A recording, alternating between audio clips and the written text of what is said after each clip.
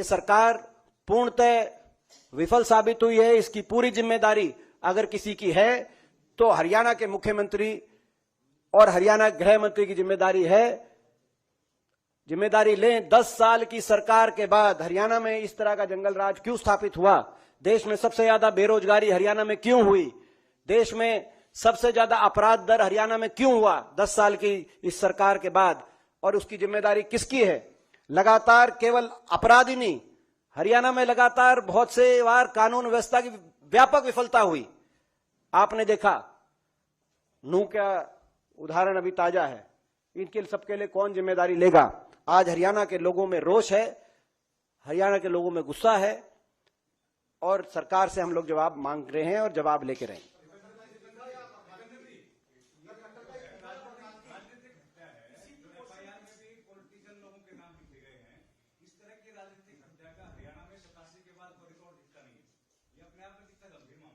देखिए, ये अभी जांच का विषय है कि कौन इसमें शामिल हैं और ये राजनीतिक साजिश है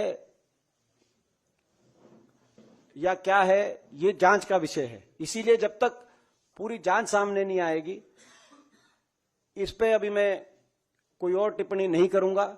लेकिन जो भी बातें आ रही हैं, एक बहुत गंभीर, पूर्णतः हरियाणा के अंदर क्यों गैंगस्टर एक्टिव हो गए। आज एक एक शहर का मैंने नाम लिया, मैं एक एक दुकान का नाम लेना चाहता हूं।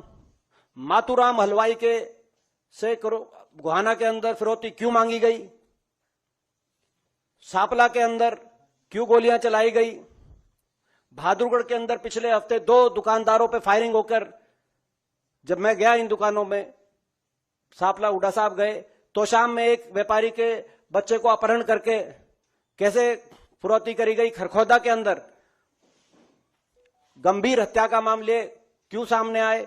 तो ये मैं पिछले 15 दिन की बता रहा हूं और पूरे साल की तो आपको मोदी सरकार बता रही है कि प्रधानमंत्री जी द्वारा जो सामाजिक प्रगति सूचांक जारी किया गया उसमें हरियाणा देश का सबसे असुरक्षित प्रदेश है, जिसमें नागरिक सुरक्षा के मामले में सरकार को 100 में से 33 अंक मिले। प्रधानमंत्री जी बता रहे हैं और गृह मंत्री जी ये बता रहे हैं कि अपहरण दर देश में सबसे ज्यादा है, डकैती दर देश में सबसे ज्यादा है, बलात्कार दर देश में सबसे ज्यादा है और हत्या दर देश में दूसरे नंबर पर हरियाणा के अंदर है। यूपी के मुकाबले हरियाणा में 2.5 गुना अपराध आज भारत सरकार के आंकड़े क्यों दर्शा रहे हैं? अगर कोई फैसला आपका फौज को कमजोर करने का काम करता है तो आप राष्ट्रभक्त या देशभक्त होने की अपनी बात नहीं कह सकते। और इसीलिए हमारी मांग है अग्निपथ योजना वापस ली जाए, पक्की भर्ती दोबारा से शुरू की जाए और इन 1.5 लाख जो भर्ती के तहत नौजवान भर्ती किए गए थे भारतीय सेना द्वारा, जिनको ज्वाइनिंग नहीं मिली, इनको तुरंत ज्वाइनिंग मिले। इन दोनों मांगों को लेकर कांग्रेस पार्टी संघर्षरत है। हमने राहुल गांधी जी के नेतृत्व में जय जवान अभियान, कांग्रेस पार्टी ने उसका बिगुल फूंका है, जिसकी गूंज देश के कोने कोने में सुनाई दे रही है, आने वाले समय में और सुनाई देगी। और इस संघर्ष के रास्ते पे हम रहेंगे और यदि कांग्रेस पार्टी को अवसर मिलेगा देश में तो हम ये पक्की भर्ती दोबारा शुरू कराएंगे, देश की फौज पे जो गौरव था उसको दोबारा बनाएंगे और इन 1.5 लाख नौजवानों को भी नियुक्ति फौज में दिलाएंगे।